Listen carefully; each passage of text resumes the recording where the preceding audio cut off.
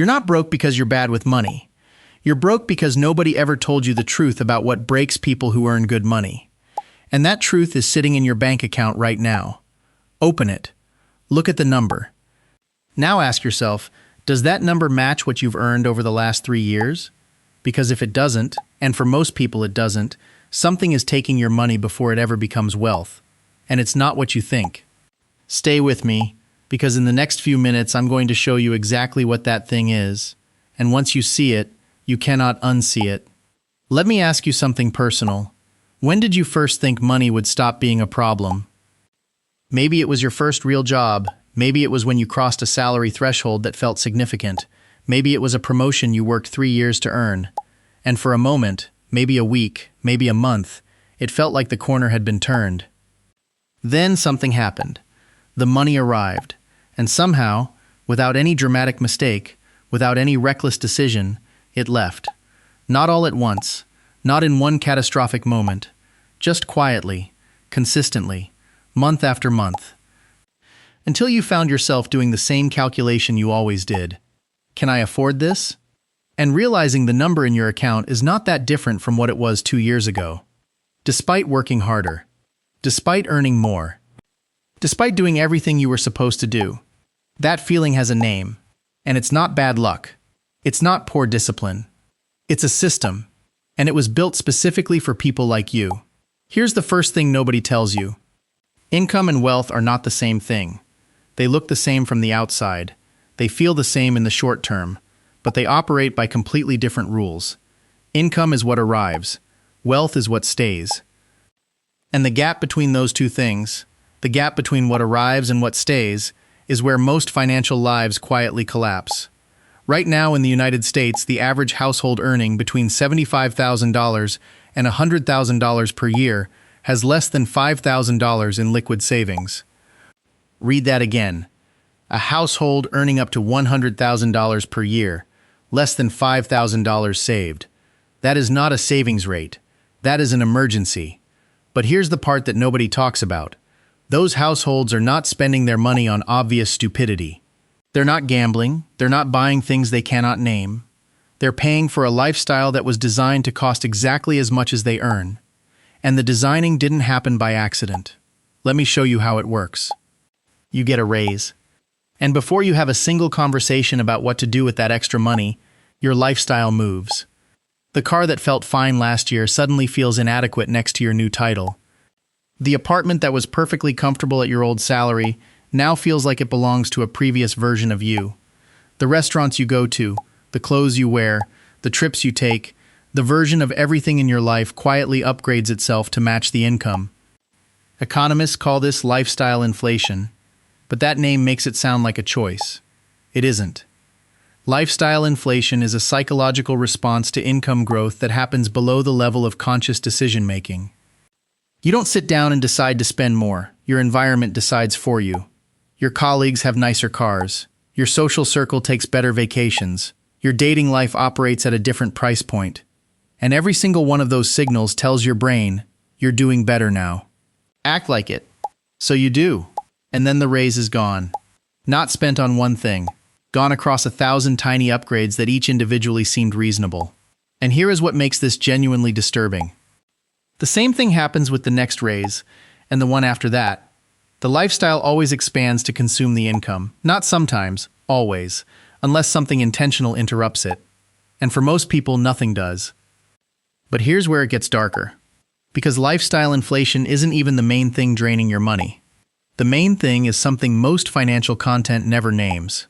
It's called financial fragmentation. And it's happening to you right now whether you know it or not. Financial fragmentation is what occurs when your income is divided into so many small automatic obligations that by the time you see your paycheck, it's already mostly gone. Think about every single thing that drafts from your account automatically.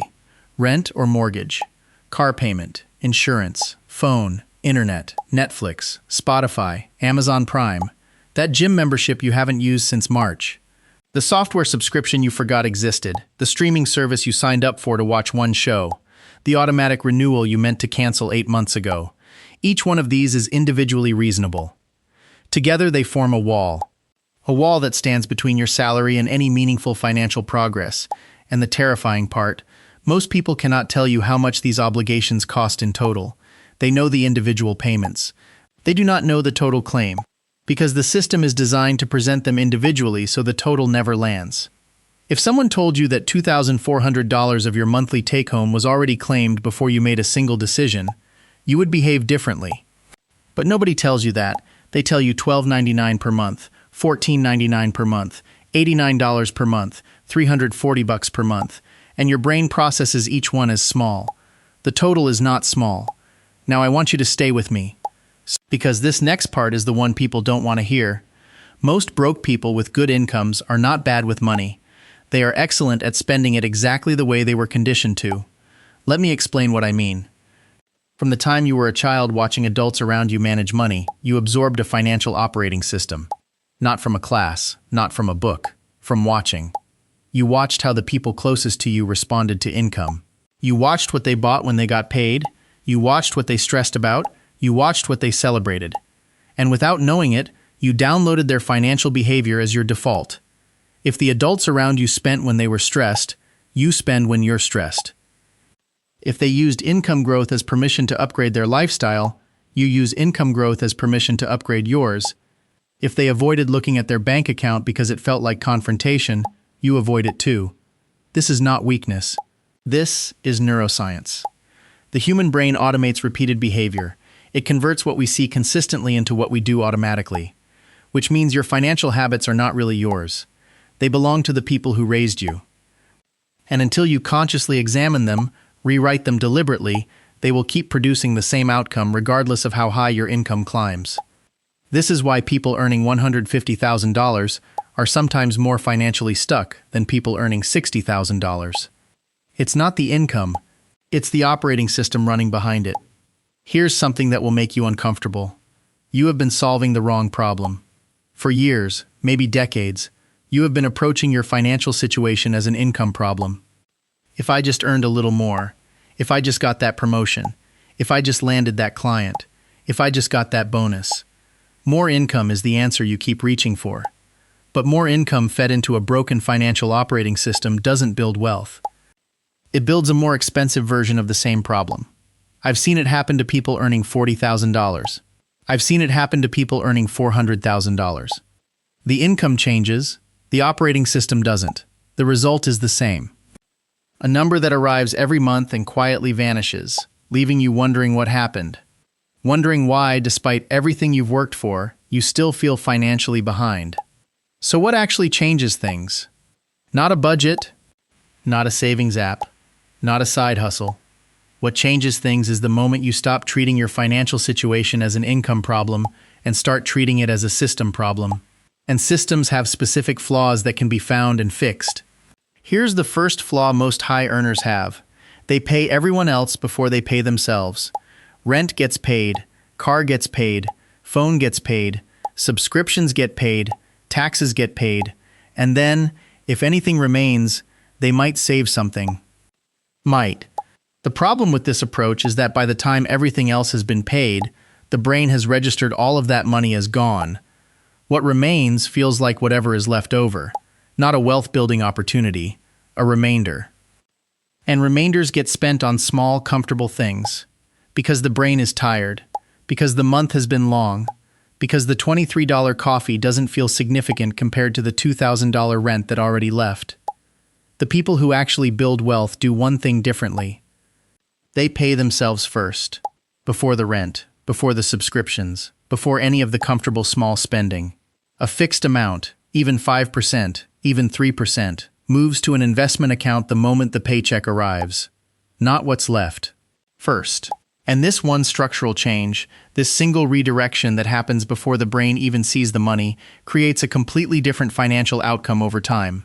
Not because 3% is a lot, because the brain stops counting it as available. What you never see, you never spend. What you invest before you feel it, compounds before you miss it. Here's the second flaw. Most people manage their spending by feel. Does this feel like too much? Does this feel okay? Does this feel reasonable? The problem is, financial feelings are manipulated. Every subscription is priced to feel small. Every upgrade is positioned to feel deserved. Every purchase is presented in the context that makes it feel justified. So managing by feel means managing by the feelings your financial environment was designed to produce, which means spending more than is rational, every time. The fix isn't to stop feeling, it's to create a system that doesn't require you to feel your way through every decision. This is why automation is not a convenience, it is a financial weapon. When your investments move automatically, you don't decide whether you feel like investing this month. When your savings transfer before you see the balance, you don't evaluate whether this is a good month to save. The system makes the right decision before your feelings get involved, and your feelings, freed from the burden of every financial decision, stop working against you. The third flaw is the one that costs the most over a lifetime. It's not dramatic. It doesn't feel like a mistake.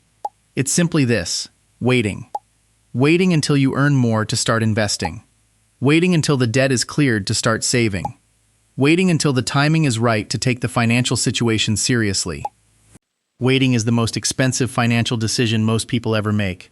Not because time is valuable in the abstract philosophical sense, because of what compound interest does to money over time.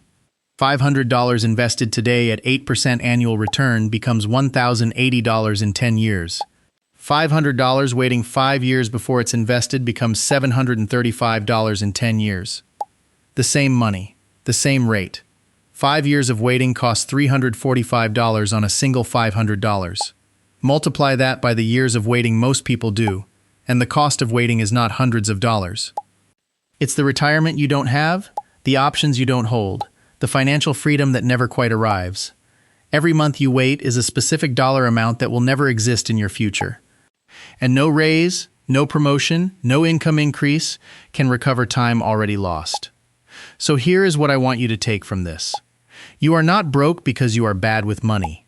You are not broke because you don't earn enough. You are broke because a lifestyle that expands to consume your income, a financial fragmentation that claims your paycheck before you decide anything, and an inherited operating system that automates spending over building are three systems working against you simultaneously.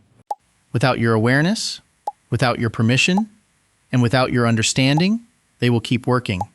But the moment you name them, the moment you see exactly what they are and how they operate, everything changes. Not tomorrow, not with the next raise, right now, with what you already earn. Because the income was never the problem. You were always earning enough. The system just needed to change. Classy wealth exists to give you the understanding that changes the system. Not the inspiration, not the motivation, the understanding. Subscribe, because the next video goes somewhere most finance channels won't go. We're going to talk about the exact moment most people's financial lives get decided, and it's not when they start earning. It's much earlier than that. And knowing when it happened changes what you can do about it now. That video is coming. Be here for it.